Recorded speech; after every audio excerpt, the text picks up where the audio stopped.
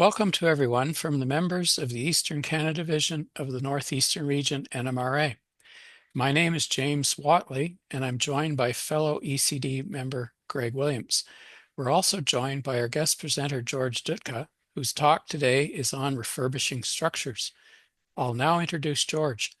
George Dutka is a retired Canadian National Engineman with 33 years of service. George has been modeling for over 40 years and is well known to many of you as a regular contributor to Railroad Model Craftsman and CARMS Canadian. His beautifully executed White River Division layout, featured in the September 2016 RMC, will no doubt be familiar to you. George has had a modeling book published through RMC White River called Model Railroading with George Dutka. He also has a blog, which he updates regularly, called the White River Division, covering many prototype and modeling subjects of interest. We're very glad that George has kindly agreed to share his knowledge and experience with us. So please take it away, George.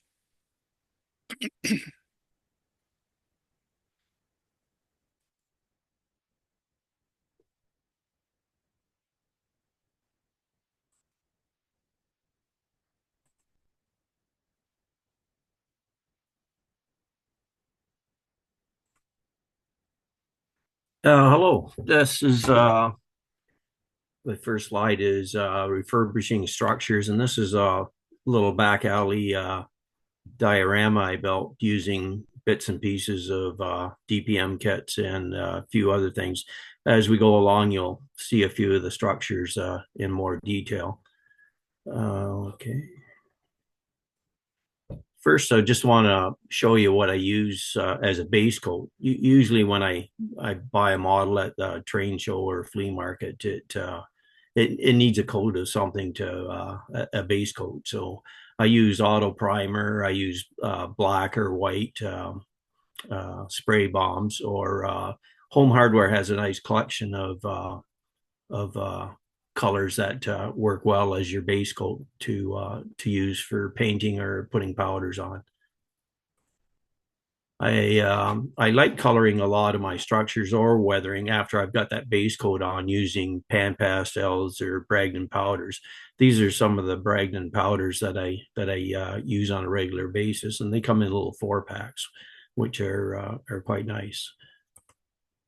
And this is probably my favorite shade to use. It's raw umber shade. It's a pan pastel, and you can see I'm applying it onto a roof. It just gives you that nice little final appearance. Other pan pastels that I normally use are seen here. They're on the far right. That's your raw umber shade, and on the far left, it's a color that almost matches boxcar red. So I use that on rolling stock, but I also use it on like barns or any buildings, even to highlight bricks. If I put a red coat on, I like putting that over top of bricks. And I have 3 gray tones I use. You really don't need all these colors that I show you, but I've bought them over the year. I just keep adding to it. The light gray here in the middle, it's a neutral gray. It's maybe one of my favorites to use. And these are my final options that I use. There's white, and there's a green that they have that's almost the color of the old Flocal depot green that we used to use. And they have a blender, which is on the right here, which kind of fades colors down. So if you paint a color, whether it's on by brush and acrylic paint or a spray bomb, just by applying that, it gives you a faded look to that color, which is kind of a nice thing to have. So once again, just showing this is a covered bridge in old scale. I'm just using some pan pastels in the rust tones. They have 2 or 3 different ones just to overcoat the roofing. So this structure here, that's a Walther's interlock tower. I bought it assembled, and it's not been painted. It's everything's molded into the plastic. The orange is the gray, and the brick color of that. So just by using these three tones of pan pastels, I've brought it to look as a finished model. Now, before I put any of these on, I normally put a flat finish on anything unless it's been primed. Like if I use a primer, then I'm okay to go with any kind of pan pastels or whatever powders I'm using. But if it's out of the box and it's shiny plastic, you have to put a flat coat on. So testers or whatever your favorite one is, that's you put that on first. This is one of the structures that I had in my book. It's an AHM, just a little country station, and it actually is not a bad looking little building. And so I started off by just spray bombing it and then just coloring it using chalks. I use the chalks on the window, and it kind of gives you that weathered look. And on the walls, I just use the pan pastels in the red tone, and that kind of gives you a nice look to it. I did spray bomb it red in the start, so that kind of shows you when you add all your details how it looks. The roof was spray bomb black, and then the gray pan pastels are added on there. I picked a GT sign from New England to add on the station, which kind of sets the location. But I mean, that station's typical to almost every railroad. They had something that looked like that somewhere along the line. So there's it sitting on my layout in the White River Division. It just, I have spots where I can drop structures in and take them out. Now, this model I bought, I think it was $2 or $3. I usually look for ones that are assembled fairly good, or if it's one that's not assembled good that falls apart easy that I can pull apart, hasn't been glued together to begin modeling with. So I did two of these all together, and I've still got two more to do. So I'll see what I come up with those. An afterthought, I decided, since most of the New England stations they had slate roofs, and this one actually shows it as slate. I used two acrylic paints that I mixed together, and I just highlighted a few of the shingles, and by doing that it just gives you a little more interest to the roof because it's a big area. And then all I did, I painted it right over top of my pan pastels. The pan pastels were already on when I decided to do this. And then I just drew some of the powders over top so it blends in. So in this photo here, you can see it just being painted on, and there I just pulled my brush down, didn't add any new pan pastels, just to tone it down a bit, and kind of gives you a nice effect. And I do that on quite a few of my structures. So there's the finished roof. So even when your model's done, you always come up with little things that you learn as you go along, and you go back to it and add to what you've already done. Now this was the other one. This is actually the first one I did. So it was just done with a primer, home hardware primer green, and just added some pan pastels to it to get the coloring in. Another structure here that I got probably for $1, might have been one that was given to me. That's an Atlas water tank, and it looked pretty rough. The coloring on it was terrible, and it's not glued together well, if at all, on some parts. But that's the way you like finding them. You find these little structures for $1, and you play around with it, and if you mess it up, it's not a big deal. But usually they turn out pretty good. This was probably one of my first ones that I did, that I assembled and painted. So when I got it all glued together and looking the way I wanted, I spray painted it flat black, and then the colors are built up from the black up, and that's really a good way to do it. Like if you look at what a lot of theaters and stuff like that, when they do their displays, their backdrops and all that, everything's painted black first, and then the coloring is added to whatever they're doing, only just so you don't see through it and you don't see any white or the original material through it. So having a black base to it, if something gets missed, it doesn't show. Um, so the finished model, it's a drop-in that I use on my layout. So if I change there, it gets a section house there, or anything else that fits in that same little square. I use Gator foam. It's a resin core foam board that it doesn't, water doesn't affect it. You can paint it, and it doesn't bend or anything else. It's really rigid and very light. So that's kind of a good thing for putting your little models on. So that's an overview of looking down. You can see the roof was done blacks and grays. The walls are all just my brown pan pastels, and then I went back with some blacks on the and browns on the supports. And there's a look down. I added a piece of chain on there onto the spout. Actually, I did paint these, so they were painted acrylic gray, and then I put some pan pastel grays on it. So that's probably one of the things that I did a little different than just all pan pastels on there. But I think it turned out pretty good. So this is another find here at a local train show. Usually I look at a lot of the structures. It's not a great looking thing. It was only a few dollars, and you look at the signs, are not glued on right, and the windows are falling out, and it's not great, but it's kind of, I like these block buildings, and that could make a nice little creamery. I've got a lot of spots where building flats can work, and that was one of them. So that shows you what I did. It was just sprayed a gray tone, primer gray, and the windows I popped them all out, and I spray bombed them with green, which was home hardware color.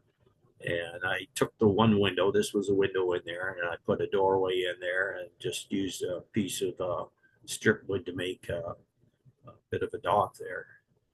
And, it looks pretty good. So that's one of my creameries. A little further, there's the same building again. That was again another little window, so that's become another loading door. You can see the seam on there. I filled that even though it shows a little bit, I filled that with canopy cement or glue, and I just put it on my finger and run it down to fill in these seams, because that was actually quite a gap. And I have to do that quite a few of my buildings that I buy. Sometimes people don't spend time to sand it, file it to fit together, and sometimes it's not worth pulling them apart. It's better just to fill it in, and nobody really notices. I think these are Paula, Pola, corn cribs. So it was a structure I think I got it for free, actually. A friend of mine gave me it at one of the show. We had a bunch of little structures, and they look pretty ugly when they're in the red. And you do see them on people's layouts looking like that. But I started by painting it, and just again use a primer paint, and then build up your tones. So there, it's got dry brush white on as the last bit. You can see some of the pan pastels, and I use some of the Bragdon powders to highlight the roof. And that's my go-to, the raw umber shade that I use on most structures. So that's been applied on there. So, and you can see it finished. That's just set on a little diorama. That's actually another drop-in little scene that I use, that I can actually just set a structure on if I like. But looks a lot better than what you saw in the first view, and it doesn't take much time at all. These little things are they can be fun to do. You can do it in less than an hour and come up with an interesting little model. This was in the February of this year, RMC. So I got gifted a Walther's covered bridge, and it was nicely done. It hadn't been painted. It was just out of the box assembled, and a friend of mine gave it to me. I said, I kind of like the looks of that. I'll have to look for one. And next time I saw him, he gave it to me. So I pulled it apart. It wasn't really glued together. It's made kind of click together. So it was easy to pull apart. I started with the beauty tone again, base coat. So all the what was wood and roofing is all done with that. And this was just brush painted acrylics. Anita's a dark rust. And after I had it done the way I wanted, I went over it all with India ink and alcohol, which kind of gives it that little bit of a weathered look. There's some staining and other stuff. I didn't worry about covering too much of the white trim that you can see, that bright white trim, because I was going to highlight it again with some chalks. Yeah, it shows, that's the base coat. And then I went over top it with powders. And you can see I did the roof the same as I did in the station. I highlighted some of the shingles with some gray and then pulled some powders down. So it gives a bit of interest to the roof. So there's your finished model, but it shows you it's all apart. And, I've added some chalk to it at this point already. I just use some white or gray, whatever you have. And it doesn't have to be, a bright color. You kind of want it to look old and weathered. So you just kind of overcoat it a bit. And, you come up with a pretty nice little model and a lot different than what it originally started out at. Yeah, and there you can see it on the little pond that I built and the roadway and that. It's a small diorama that I'm going to use it at shows. I put some narrow gauge track out in front of it, and I'll be able to display some of my HON30 main 2-foot rolling stock with it. Or you can put a vehicle, coming in and out. So kind of a nice little thing. And I made it so that it drops into the scene too. So I can lift that out, and if I find a spot going forward, then I can put it on my layout. It'll find a home on the layout. But for now, it's set in a diorama. This was in the NMRA magazine a number of years ago. I did a little article on refurbishing structures. So this is another one that's kind of an eyesore thing. With somebody's made a thick sign on there, a DPM kit. The paint on the windows and doors and trim wasn't all that great, but good enough. But I decided to just go back and I primered the whole thing, gray primer. And then you can see in the back, these are what you get at Dollarama. They're dollar paints. I think they're probably $1.50 now, but they're quite cheap and work quite well. So I've got black, brown, and a rusty red kind of color that I use. So I just paint that right over top where wherever I feel that I want to give it some color by paint. I guess I got some of the other grays and blacks over here that I normally use too. They're all from the dollar store. And this is what I came up with in the end. So I used the red, brush painted it on, and blacks on the roof. I did put some seams on there, drew some seams in, and a little bit of tar. Added some interest to the roof, but just throwing some board, some wire, and pigeon. You can get Pigeon's Best, BEST, from in New England. They sell cast metal pigeons at a pretty good price. So I always try to pick up a pack or two when I see them, and they're useful. I keep all my signs, so when I build structures, I photocopy my signs and I keep them in a booklet. And when I'm doing these structures, I just go through it all and see if I can find something I need, because it adds a lot to your structures or the signages. The doorway was a solid door before, but I opened it up, so a little more interest, because you can see now a bit inside and you can add some details in there. There's some pan pastels drawn down on the rust. The doors and windows, they're all just done with chalks, green chalks. I just dusted it in there. And this is the other side of the building. So both ends have different signs on there. This is a radiator repair I left the door totally closed on this, and just a bit of detail here and there, and really makes a difference. Um, yeah, that's about all I can say about that one.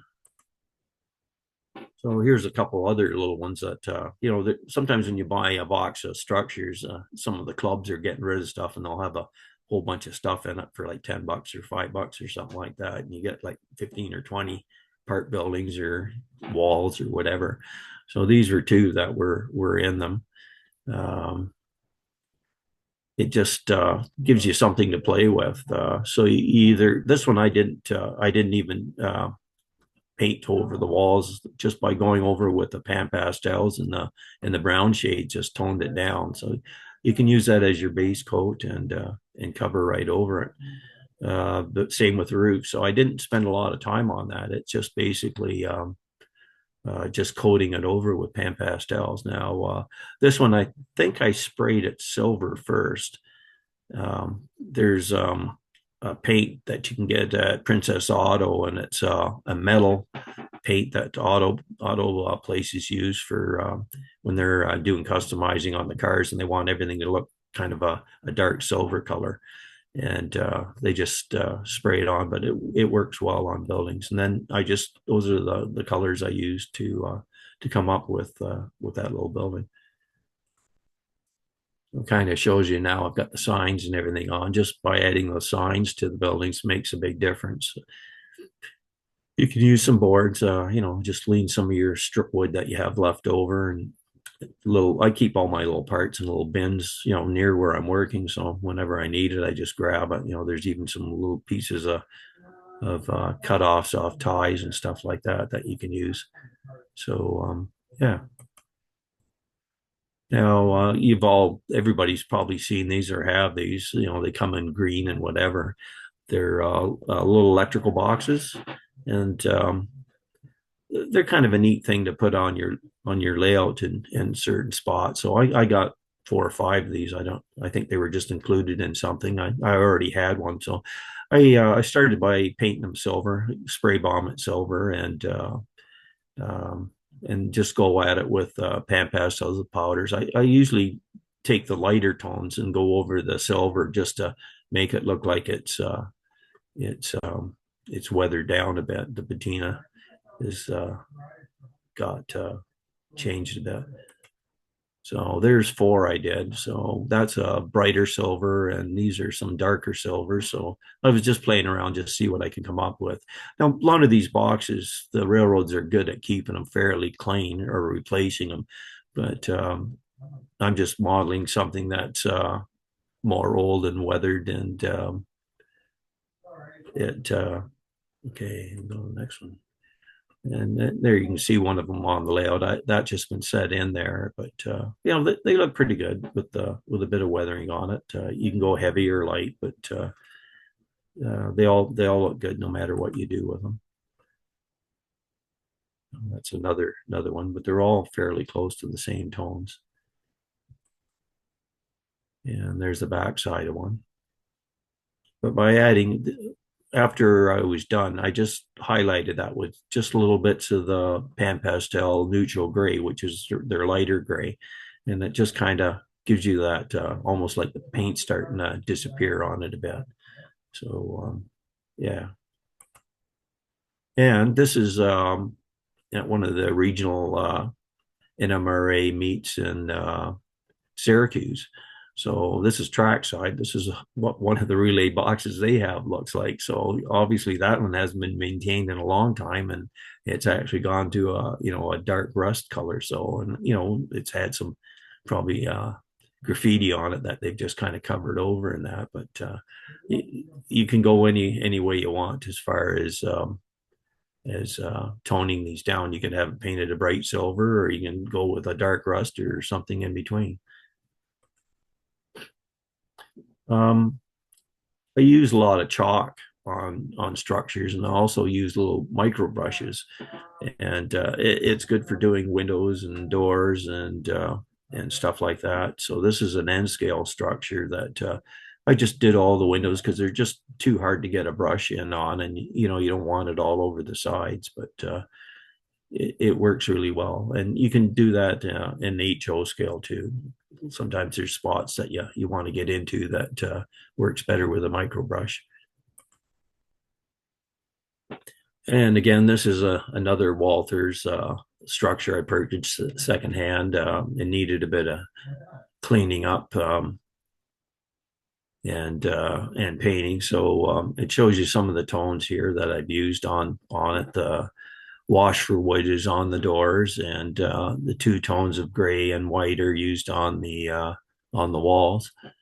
Let's see.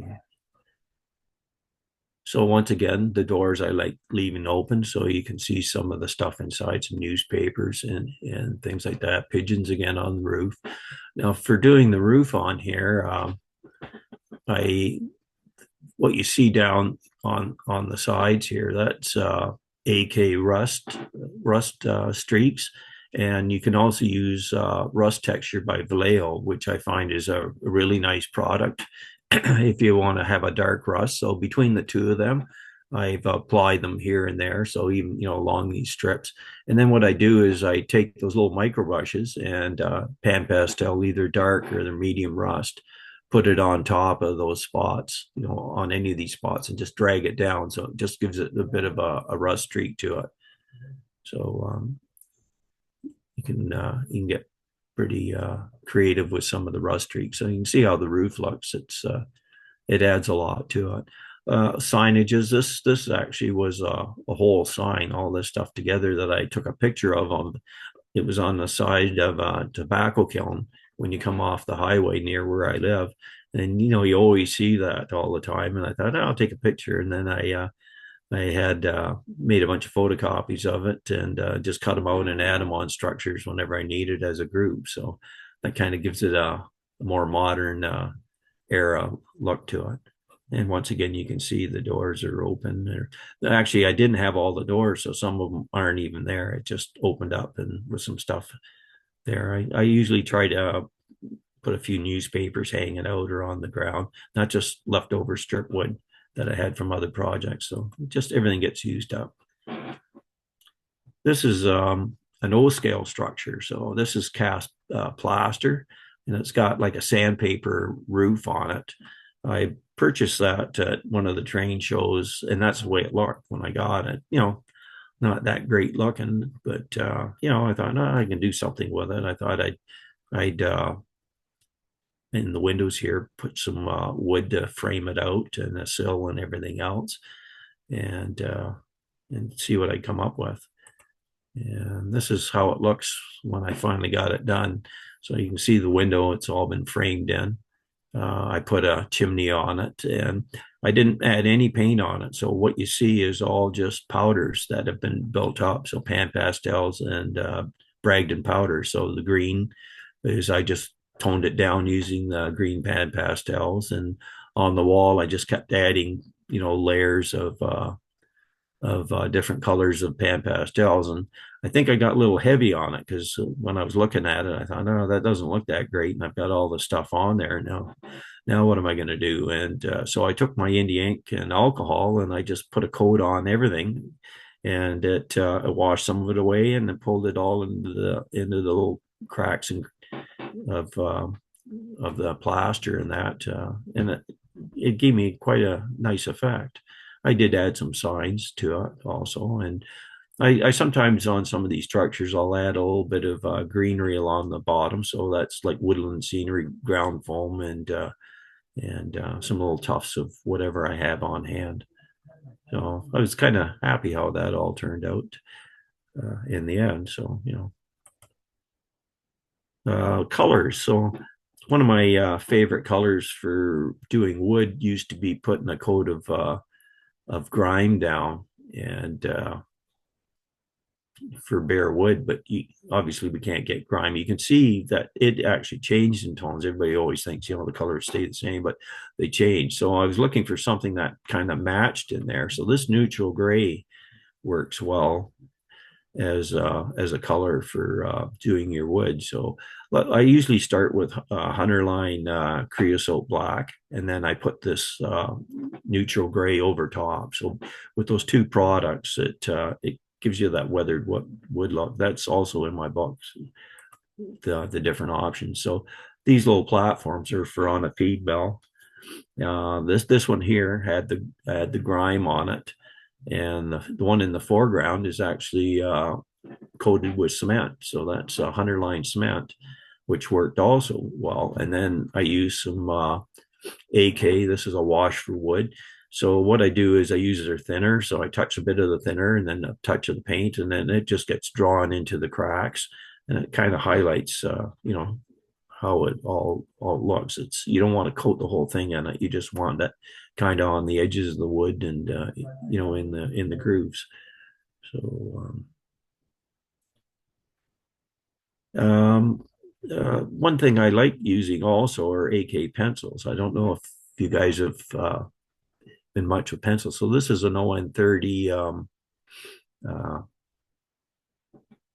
covered railway bridge. So on this side here, it's done already. So I've used these two pan pastels, and then I highlighted some of the boards. You can see the streaks here with a pencil. And it doesn't matter if it hits right on the groove or whatever. You just kind of run it down, wherever. This side hasn't been done yet, so it just kind of shows you the little subtle differences. You don't need to put a lot on. You just a little bit to make it look a little more interesting than what it is. There's a little bit more of a close-up. You can see that part hasn't been done. This part has the pan pastels on and the AK pencils, and you can see all the little spots that I just kind of drag down there. So all your structures don't have to be structures. You can use rolling stock as structures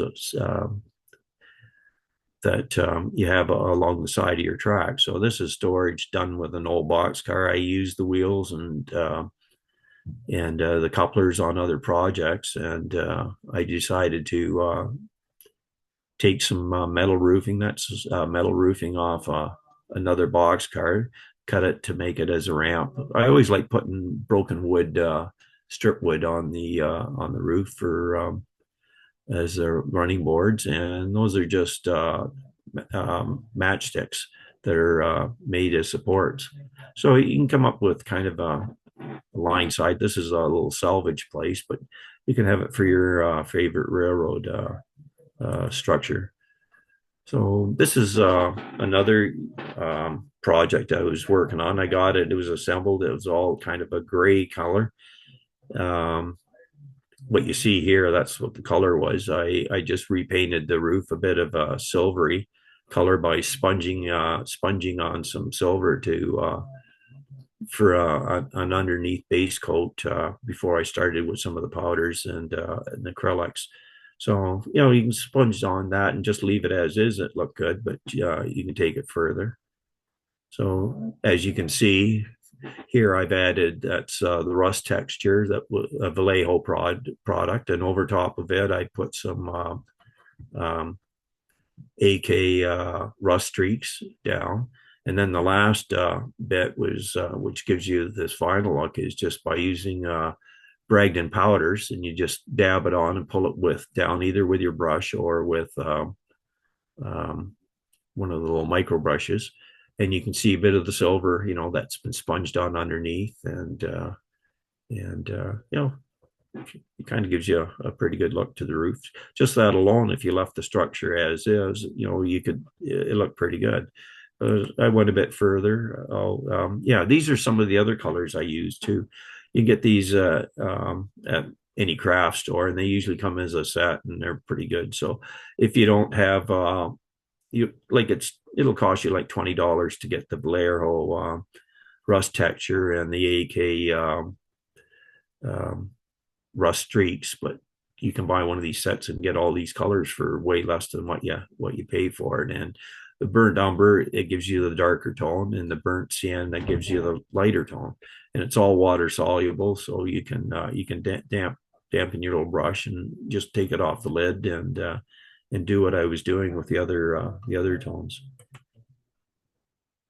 So once I was done, I started with pan pastels to see if I could change the color of the structure. I wanted to get it looking more red. Well, that's probably two coats of it, and it really didn't do much to it. Wasn't too pleased with it, so I thought, well, I'll go with acrylics. Put a wash of acrylic over top, right over the pan pastels and everything, and see if I can get a more of a red tone to it. That's Rust Red by Anita's. It's not made anymore, but any of the rust colors are dark reds, or browns will work. So this is what happened after I put the wash on, and then just a bit of more of the pan pastels over top. So I kind of got a neat looking red to it, and you can see some of the areas I went lighter. It's with the wash just showing as the wood is showing through from underneath. Some signages are added to it. As you can see there, I just went through my booklet of signs that I had. The door is model open. That's actually a straw. I didn't have a spout for what I needed, so I just kind of cut a straw and on an angle and added it in there, and I've got my filler. But yeah, you can see that, you still see a bit of the coloring showing through, but it's got a nice red to it, and looks like something you'd see along the line that's maybe not even used anymore these days, but it turned out pretty good for a cheap little project. And I imagine all of you have got one of these. These are the little Walthers brick buildings that come with their fueling kit and some other structures that they seem to throw them in. You can see the seams on it. It's not glued together all that great, but it had too much glue to, if I pulled it apart, I'd damage it. So once again, I just add some canopy cement in along the grooves there, and then just touch it up with a bit of my powders, red powders, and you can see what this roof, I just left it as is. It looks like a metal roof, and just by dragging some powders and the rust tones and that it changes it a bit. I did repaint the decking with underlying cement, or concrete, to give it more of a woody look than what it actually did have in the start. And then you add your details, and the little structure comes alive. So there it is with all the little details added. Now I did paint this gray on the bottom just to show the concrete, but otherwise everything was left as is. It's just powders and pan pastels over top. And this is a second one I did. There was two in the kit. So I on these side walls I added some mortar mix, which kind of brings out the brick a little bit more. But yeah, you can do a lot with these little structures as long as they're glued together half decent. You can fill any of the grooves they have. And there's Robert's brick mortar mix that I use on a lot of my structures to get the mortar lines in. You have to watch when you apply this. So this is done. I do one wall at a time. So I put it on, and it says to leave it for a few minutes and then wipe it off with a cloth or paper towel or whatever. But if you leave it too long, it's too hard to take off. So you actually want to be taking it off sooner than later. So it's a not bad stuff. And the other thing I found with it is it dries out on you over time. So I opened the jar, and I should have bought the smaller size jars. It wasn't hard yet, but it was kind of a jelly, so obviously it wasn't any good to use. So I added some water into it, just a bit to loosen it up, and stirred it around with a screwdriver, and then put the lid on and come back to it the next day, and it was back to its original look. So, and I've had to do that a couple times to it, but it seems like just adding a little bit of water to it, it gets back to its original texture.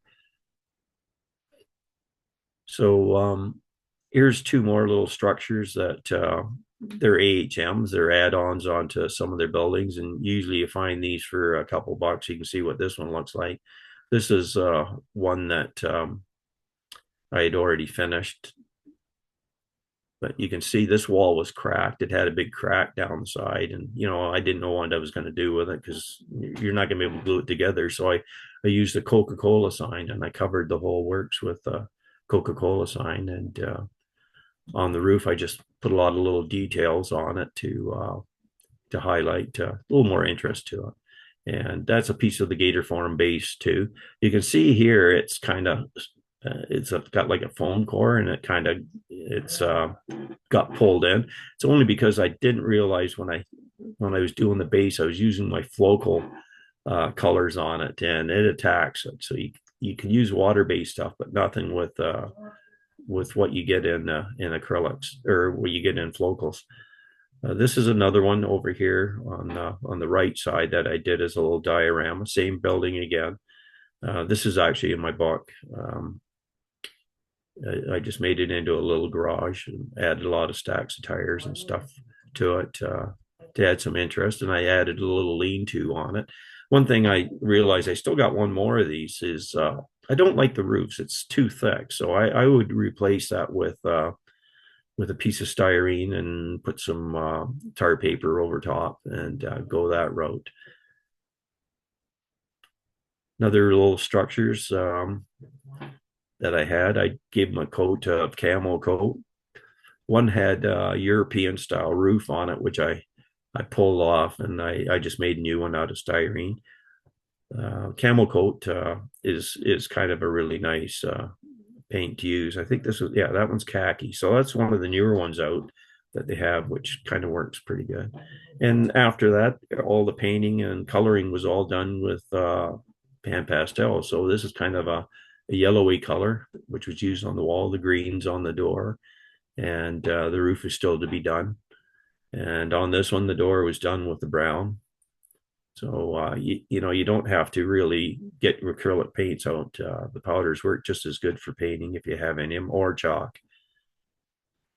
So there's kind of the final version on this. I dry brushed some white on the roof. The window was missing out of it. The frame was still there, so I just boarded it up. A bit of a window ledge was on there, so I just added some stuff, extra little parts. I even put some pop bottles on, which were 3D printed. So there's the two of them. This is the one that had the European style of the roof, so I just put some tar paper on it, and there was some green shrubbery on the side that I just couldn't get it to come off. So, you just leave it on, and you just put some more ground foam over top of it, when you're done painting at the final process. So you just go with what you got. This is another little structure that probably all of you have seen at one time or another, maybe had it on your layout. A friend of mine gifted it to me. He says, "Here, see what you can do with it." So and I played around with some of the pan pastels and chalks I had. So the windows and that I was doing up. So I'm using a small brush and making them red, and raw umber shade is my wall color. I even saved the little base on it to add some greenery to it. So you can see the window's been done up, and added a bit of red there, and ground foam, and a bunch of stuff. So here's something that a lot of guys, they just throw these out if they don't like the looks of it, but you can actually turn it into a neat little model. So here's the back side of it. The more stuff you add, little signs and wood, and that's a Tichy oil drum lid. But I save all the stuff and find a spot to use it. This is Walther's. I don't know if I even bought this or somebody gave it to me, but it's an N scale building, and I thought, it looks like the window sizes and that were kind of more like an HO size window, and I thought, well, maybe I can make that into an HO tiny little structure. So that's what I did. I pulled it all apart. I found I had a laser cut door, and I was just going to put it over top, and add some extra details that are HO and see what happens. So there it is. It's I just primered it red, and I just glued the door right over top of the opening where the other door was, and started painting it with uh, pan pastels and Bragdon powders to come up with what you see there. Put a ladder to go up the side of the roof, some little details on the roof afterwards, and some extra HO scale vents and stuff like that. Some signs that I had from somewhere, some new greenery on there. A little bit of an awning over the back door. So the back door obviously would have been an N scale door, and I just put another HO one, and it almost looks like it's an HO scale structure, not an N scale one that's been converted. But I think it turned out not bad. So there it is. Added a meter up the side. But it's amazing what you can do with stuff in other scales. I've taken O scale stuff and turned it into HO stuff, and you can do the same with N scale. So there's looking at the back. This had some greenery on there, and it just didn't want to all come off, so I just kind of left it and built up on it.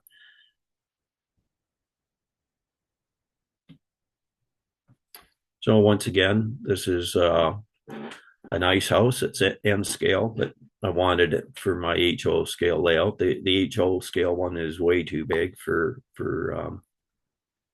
what I wanted to use it for. So what I did was I built it up a little higher by adding some wood trim on the bottom. And I think there was something else there I added, and then styrene corner trim. It was missing some of the roofings on there, so little pieces of styrene were added. And once I got it all together, it was spray bombed and then just weathered.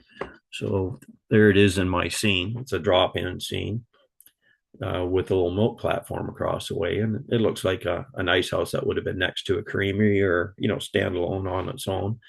And it's not that big, massive building, but it's something that you can fit in your layout quite easily. This is the HO scale one, but they're huge. Same one, the Walthers. So I've cut it down. It was pretty bad shape. There was a lot of breakage to it. The roof was pretty much shot, and I just cut it all down to what I could use on it to make it smaller. I used that's actually some of the wall trim to be the cupola part, and some of the doors I was able to pop off and use. That was the ladder off the one side that was used. So you can see I've got it built up there. I just made a heavy cardstock roof, and that's all made out of just extra pieces, wall pieces. And I painted it white with some white paint, and then just went over it with chalks and powders to get what I wanted tone wise. And there's the final. No, for my roofing, like I do a lot of tar paper roof, and I used to buy the tar paper strips that were the sticky sides, and you glue them on and that, but I found it too thick. Excuse me. So I've been using construction paper. I buy it at Walmart. You can buy a big book for like $3 or $4. And what I do is I spray bomb it lightly with gray primer or whatever color. Like there's greens and reds that were used as roll paper. And what I do is I cut them into 3-foot widths, and I roughly sand it with 220 sandpaper just to take some of the finishing off it, and I glue it on, and on the seams I just go over it. That's dark rust, just with a very, very small brush, just to add a little texture to it, and it works pretty good. So there's the ice house, and I built this diorama for a friend of mine. It's going on his layout. So it's a creamery. That's one of the Walters feed mills, and I've added, that's DPM, some extra walls, and that's just a kit. I can't think of who made it. It's a milk car kit anyhow. That's Imagine That laser art on the top, little water tower. And it's just a mix smash of stuff, but there's that structure. Now, if I'd have left it the full size, it would have been the whole size of this whole diorama. That's how big those ice houses were. So I've cut a lot out of it. And yeah, there's how the scene was starting to go together.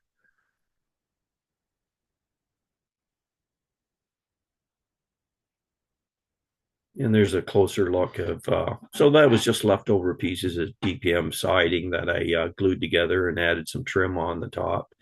Uh, I added a hatch door going downstairs where the coal would have gone for the boiler. Uh, and I scratch built a platform for the milk cans. Those are Tichy milk cans. And I always like leaving the doors open. So there's some, some interest inside. Window blinds, I just use whatever I have. It could be a brown paper bag or some green um, uh, construction paper or whatever. It all works good. And another angle of the same scene. Loading platform. So you go through a lot of milk cans when you do something like that. So you're best to get the Tichy. They come in groups of 50. And also I put a spigot out here for if it's bulk loading. And on the buildings, I like adding little things like this is just a little piece of styrene on there, and I've cut little pieces of paper, so that'd be their all their packaging stuff that they need to go for loads. And this is looking at the other side of the building. And you can see like there was something on here, but that didn't come with the kit when I got it. So I just left it as is. I didn't try to change anything. I just painted it the same as everything else. There you see some of the tar paper again added on the roofing there. One of the great little things you can get are these little brushes that are disposable, and you can actually pull them in and out like that. That's got the brush goes probably back to about here, and you can pull it out if you want a big piece of brush, or if you want to do it really fine, you just shove it in. And they're disposable, so you use them a handful of times, and then you throw them out. So once again, you can see I'm doing some rusting on the roof. That's the rust texture, and then I'll add a bit of the AK rust streaks, and then drag some of the powders down. And you can see there I'm using dark rust. That's an AK pigment that comes in their 3-pack for finishing rolling stock. So that kind of, and that corrugated siding is not it's made out of paper, so it's easy to paint and color. And there's with my brush, I'm pulling a bit of dark steel down also, which is in the same 3-pack of powders. And that's how it looks finished. So that's your little bit of rust effect you can do on a structure. So this is back in the very first the opening slide. I was building a back alley scene. So I had a bunch of little buildings that I built up out of just leftover bits and pieces. So there's a bit of a block wall, and just painted it gray, and then just went on with different powders, pan pastels. And I added a sign. That sign come off. I took a picture of it by the Brantford station. It's in the back of it. So and there's another piece of that corrugated roofing just made as an awning. Those are imagine that laser art, one of their stacks. Yeah, that's just how it looks. It has a blank back on it. So just all my leftovers made a little extra structure for my back alley scene. And there you can see it in set into the module. So these two structures I got, I think they were like $2 each or something like that. They're 3 walls. There's the back, or the front wall, I should say, is missing. DPM structures. So they became the basis of, I made 3 structures out of these two by pulling them apart, cutting them down, and that was what 2 of the structures I got out of it. So you can see I've added some of that mortar mix, just highlighted in certain areas here and there, and I just added little pieces of wire for the meters and stuff like that. And a lot of times that's hiding something that's bad in the on the walls that it needs to be hidden, because Otherwise it'd stand out. But and I do that with signs too. Sometimes where a sign goes, it's where something has been gouged out, or there's a hole in there or something. But and the leftover pieces made another little building that's about an inch wide. And these are letterings that you can get at the dollar stores. And I just put it on two pieces of strip wood and weathered it up. And there you have a sign for pointing to where one of the businesses are. So that you can see those three structures. So that was $2 worth of investment plus a bunch of little detail parts. I think I probably spent 10 times as much in detail parts than what I did on the structure, but it's the base to get going on stuff. That once again, that skater foam that I've set it on.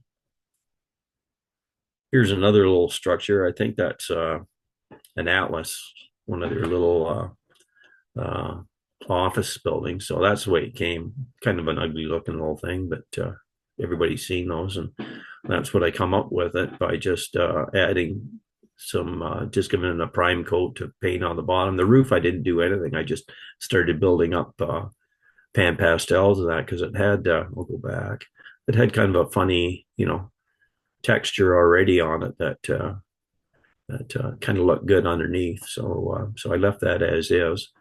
And then you had some signs and a bit of greenery. There was probably a crack there or something. That's why I went all the way up with the greenery on there, and makes a neat little model. So it's amazing what you can do with and these are good ones to start on if you're new to refurbishing buildings. But I always like playing that. If I got another one, I'd probably do it a little bit different, see what I can do with it. So a friend of mine gave me this. It was part built, and he had done a little bit to it. As you can see, it's not that great a shape, and the roofs are sagging, and the coloring's not that great. But somebody did not bad job on it. So, and there was lots of extra parts in the box. So I went by supporting it all, and I used some green paint, painted some of the windows and put them back in. I left the stain and everything as is for the time being on it. But, let's see. Okay, so there we're getting a little further along. I've made the door so it's partway open. I'm using some yellow chalk to color the walls on it, just to right over top of what somebody had originally done. But you can see I put a lot of bracing in it. There was a lot of, and I just used whatever I got laying around because you don't see any of that. But it just needed a lot more support. And that's how it looks finished. So I used styrene to redo the roof because the roofs were all sagging. I had to throw them all out. Tar paper roof once again. So this time, instead of spraying it gray, I sprayed it a green color, and then sanded it down. And we've got two pieces of the corrugated roofing again used as awnings. That's a little piece of fencing that's from Tichy. And just by using that yellow on the walls, it kind of it changed the look of it. Add a bunch of signs, rust the signs up a bit. Tichy barrel, you can do a little bit of weathering on that. And the door open, you can see inside. I glued some stuff on the inside. That's an engine battery box that I turned into a little workbench inside the door. This is another little structure that I did. I built it. It's is it Bar Mills? Yeah, I think it's a Bar Mills structure. No, it's anyhow, it's not coming to me at the moment. But I built it originally like that, and it looked kind of ho hum. There was a bit of a flaw in the window there and that, but I decided I can do a lot better job than that. So I went back at it about 6 months later, and instead of the roofing that it came with, I did my tar paper roof, which added a lot to it. I boarded up the window because I didn't like that little bit of a flaw in there. And I just rusted up the signs and added a little bit more weathering to the wall. And it really made a difference. If you read the NMRA magazine. This was actually featured in it a few years back. And there's another close up. I had some pigeons to the roof and, some boards and stuff up top. And yeah, just by adding a few more things and just changing the roof. I really, when I do the roll top roof, I also do little cuts in it here and there to give it that worn look. And it really makes a difference. And there's it on the layout.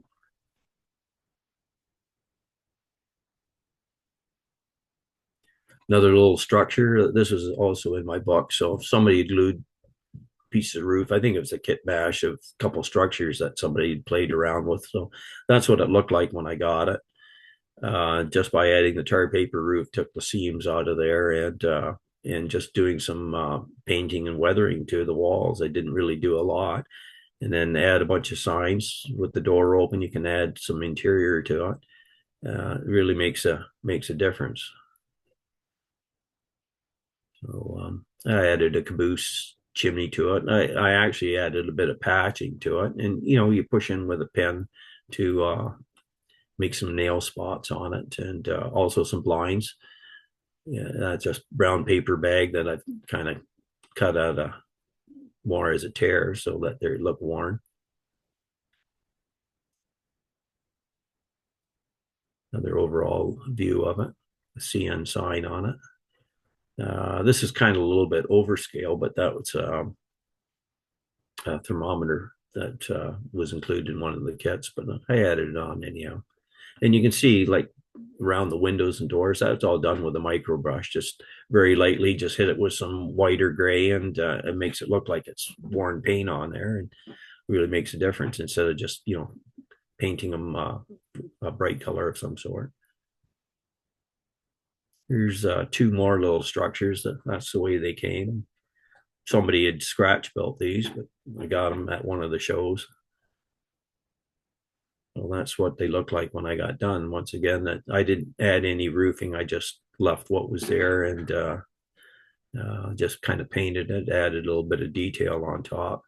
The walls are all done just with a spray bomb to get the base coat of a green, and then the rest is pan pastels. Another thing you can do on your structures too, or you can add details around that bring it out. Like if you got old trailers that you're not using, this is by a sand house, and the other one is just right along the tracks where there's a loading area, and you just put all your little details all around. So that you made two little structures by using a couple vehicles and adding some details around. The other thing I kind of wish I had done, but I might do it at some time, is cut this door open, and you can have stuff on the inside. Maybe put a figure inside that's doing something inside. This building, I'm not sure. I think it's a Grant Line building. It's another one I picked up. It had all these signs on it. I really didn't do a lot to change it at all. I just kind of went along and painted it. So this is what it looked like when it was finished. So I just added like rust spots along the seams using what I mentioned earlier, the two rust colors, and then streaked it with Bragdon powders, and then just added pan pastels and powders down the side. The same along here. All the signs were actually on the building already, so I just added a bit of extra detail, and I kind of really liked how that one turned out. So,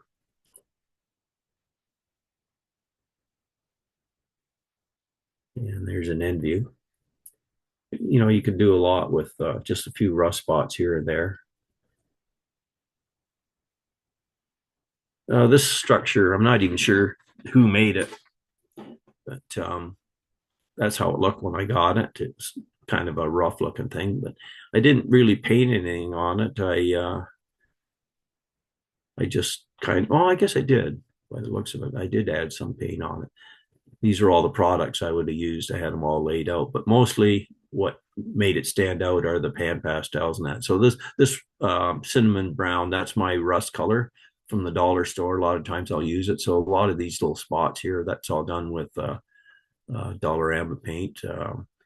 And of course, there's my rust texture again that's been added on, but the rest is all powdered.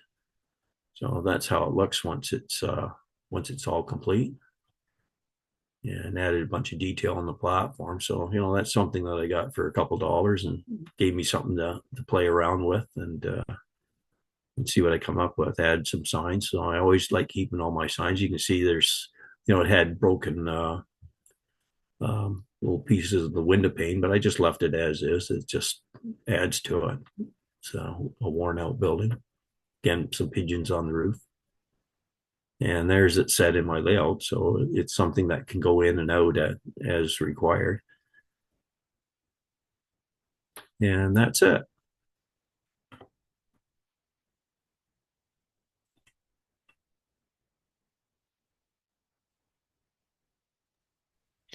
Well, George, that's a really amazing presentation. It's quite an amazing body of work, and thank you for taking the time to put all that together for us.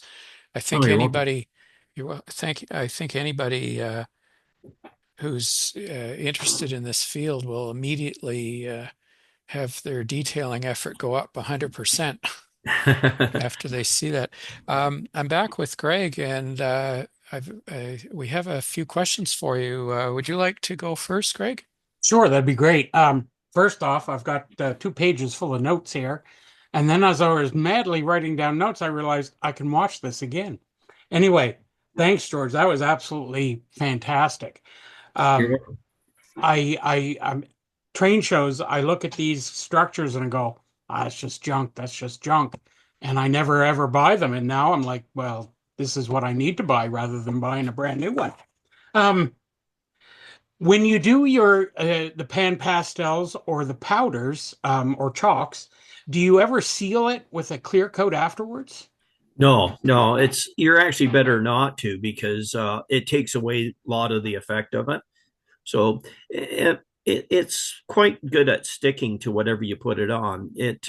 Like I find that if you get a mark on it, like if you put your finger and it leaves a mark on it, you can draw the powders down the side again just by putting a brush on it.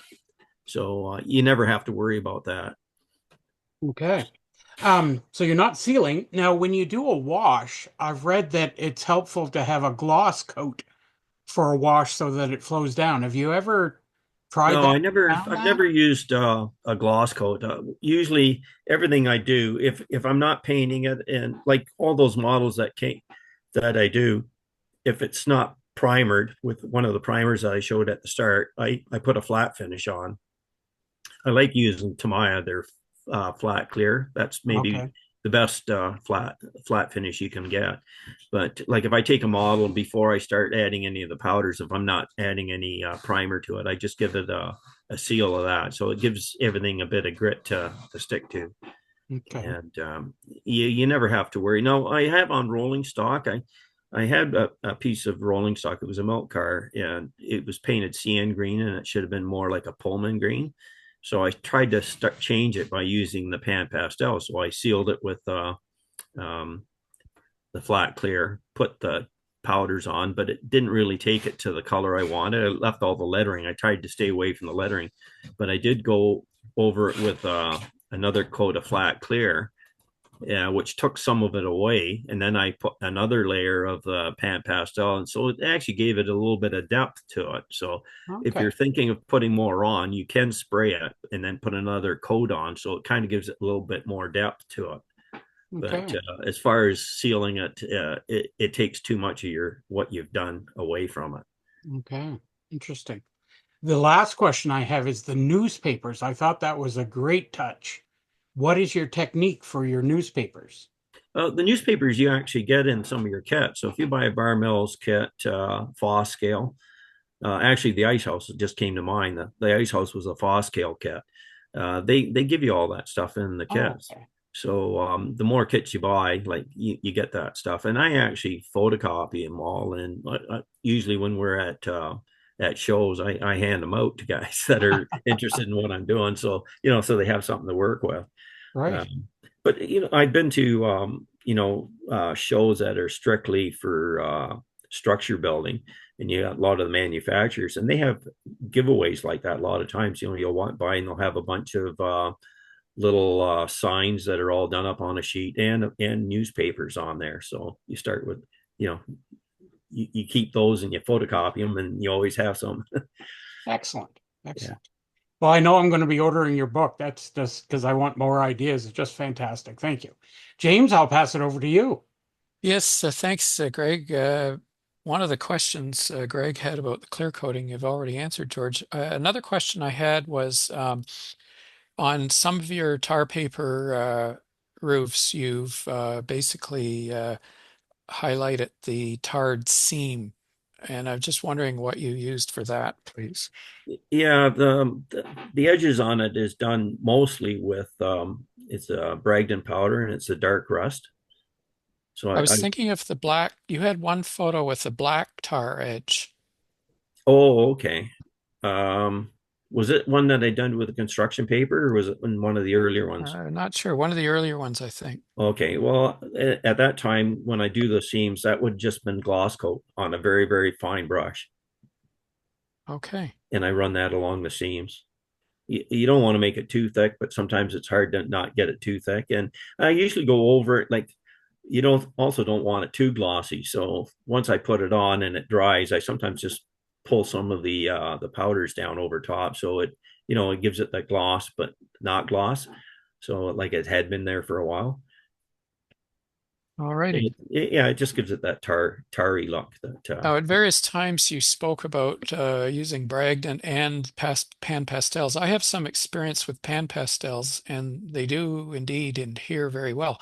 I am less experienced with Bragdon, and I was just wondering how you feel the two compare. If someone was new and they were, for instance, starting out buying products. um, I find that they both work about the same. They both do the same job. Um, Maybe more cost effective is the Bragdon powders, because you get a soot color and 3 rusts in one package, and you get that little plastic can, and it's like maybe $15 or something like that to buy it. Whereas each pot of your pan pastels in Canada, it's getting close to $10.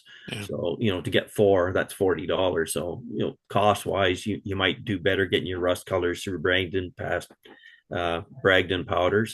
And for your other colors, maybe go with pan pastels. Really, there's most of my, even though I have a whole bunch of pan pastels, I really only use the raw umber shade, the neutral gray, and the like the boxcar red color. So you really can get away with just those 3. They were all mentioned on the sheet by name at the beginning when I was showing it. The one thing I can say is the pan pastels in the quantities we need last a long time. Yeah, yeah. Although my raw umber shade, I'm into my second one already, and I've only been using it maybe 6 years, 5, 6 years. We saw about 50 models in your presentation. Yeah, yeah, yeah. I've done quite a bit. Yeah. In cases where you're getting these train show hand-me-downs, if you will, I'm sure you've encountered, maybe you don't buy them, but I'm sure you've encountered the odd one that looks like it's been painted with house paint. And that brings me to a question about stripper. If you ever have occasion to use stripper, what's your preference? I haven't stripped anything. I don't strip Ah, anything. okay. Although, like, if it's got too heavy paint, and if it's glued too, like if you have glue oozing out all over the place, I usually bypass those models. Or Yeah, there's too many, because there's so many models. Like, you can go to a show, and you're looking for a station. You're bound to find one that's built half decently, and that's your best option, instead of trying to have something that's got tons of paint on it, lots of glue, and you can't make a silk no. purse out of a sow's ear. No. Well, what you can do with some of those is just like I did with that ice house. That ice house was a mess as far as glue and breakage on it. Is you cut it down so that it worked out good for getting pieces out of the model to build something else, a smaller version of it. certainly have an incredible creativity, and I think, you know, this presentation will be, I think, a great inspiration for anybody who watches it, because you've covered so much. And at this point, I think we'll wrap up, and I'd like to thank you again, George, for taking the time to contribute to the ECD and NMRAX presentation series. And we're very grateful for you sharing your knowledge and experience with us. No, thank you. Thanks so much, George. You're welcome.